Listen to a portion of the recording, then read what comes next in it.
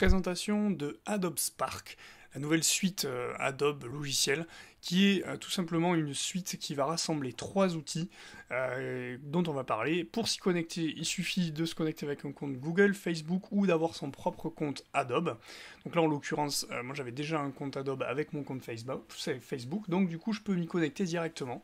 Et qu'est-ce que l'on retrouve dans Adobe Spark? On retrouve donc trois applications qui correspondent en fait à des applications qu'on connaissait déjà. Donc Post, c'est Adobe Post, une app pour iPhone qui permet de créer des, on va dire, compositions d'images à partir tout simplement de textes et d'images. Alors c'est un peu l'équivalent de Canva, de Typorama, des apps de ce genre-là. La différence étant que là on bénéficie de tous les outils Adobe avec la puissance qu'ils incluent. Donc là on retrouve le texte, changer, donc mettre une autre image que l'on peut aller chercher en ligne sur une banque libre de droit, sur le Creative Cloud, sur Dropbox, Google Photos, ou bien uploader soi-même sa photo. On va pouvoir retailler son image du début à la fin, choisir donc un thème, toujours avec le même contenu. Voilà, ici si je clique sur ce thème, je retrouve mon contenu que j'avais déjà mis en place, ça va bientôt se charger. Ensuite, la palette, alors ça c'est précieux, une palette d'images, où du début à la fin on va pouvoir choisir en fait la palette que l'on souhaite et réordonner pour trouver les couleurs qui correspondent le mieux, et donc ça va toujours rester, j'ai envie de dire, joli. Ensuite, donc, le type de photo avec des filtres inclus. Et enfin, l'ajout possible de texte, mais également, moi j'aime beaucoup les shapes, les formes en fait, qui vont permettre eh bien d'entourer, de donner vie au texte d'une façon différente toujours, et d'aller vraiment très très loin dans la création eh bien, de posts, comme son nom l'indique. Donc l'autre élément à voir après Adobe Post, eh bien c'est Adobe Page. Alors là je ne vais pas y passer beaucoup de temps, puisqu'en fait il s'agit tout simplement de la déclinaison en web app, donc en ligne, de l'application Adobe Slate qu'on connaissait déjà en fait en ligne, mais également et surtout peut-être sur iPad. Donc là, toujours pareil, on nous propose d'ajouter eh bien, des éléments, vidéo, texte, liens, etc.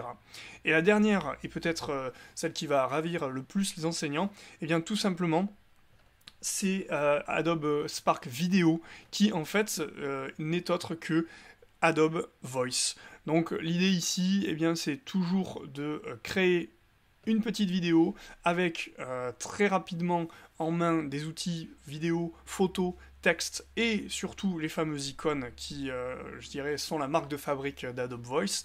Et on va pouvoir du coup s'en servir à partir du navigateur Chrome par exemple, hein, tout simplement parce que c'est celui-ci qui a la plus facile, je dirais, notamment en fait le Flash, quoi, hein, tout simplement sur Safari, sur Internet Explorer, c'est quelque chose de compliqué. Le navigateur Chrome l'inclut directement. Et donc on va pouvoir ici eh bien, aller choisir des icônes. Donc par exemple si je tape School, donc une école, ce qu'il faut taper en anglais, on va avoir tout un tas de petits icônes, logos, qui vont être libres de droit et utilisables à l'intérieur eh bien, d'une petite vidéo. On peut là encore choisir le thème du début à la fin, ajouter donc sa voix en touchant ce petit bouton là, et choisir la musique. Et en dernier lieu, eh bien, on va pouvoir choisir l'organisation, le layout, la façon dont on va présenter nos éléments.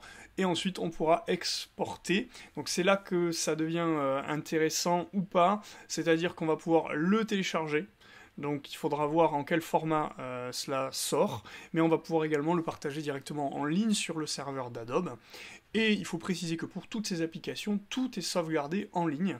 Ce qui signifie tout simplement que on va pouvoir les retrouver ensuite sur les applications afférentes. Si on a des applications iOS, si je crée quelque chose sur Adobe Voice en ligne, je devrais pouvoir le retrouver sur iOS, et c'est ce qu'il faudra tester. Et donc ça devient pour le coup très puissant, cette suite, donc qui est gratuite, qui est en ligne, qui nécessite un compte gratuit chez Adobe, et qui permet de réaliser eh bien, de nombreuses choses, je dirais, visuelles, très rapidement. Donc on voit ici que c'est un MP4, donc vous pouvez créer votre capsule en ligne et l'exporter en MP4 très rapidement. Voilà, super nouvelle, super suite à vraiment se saisir très vite.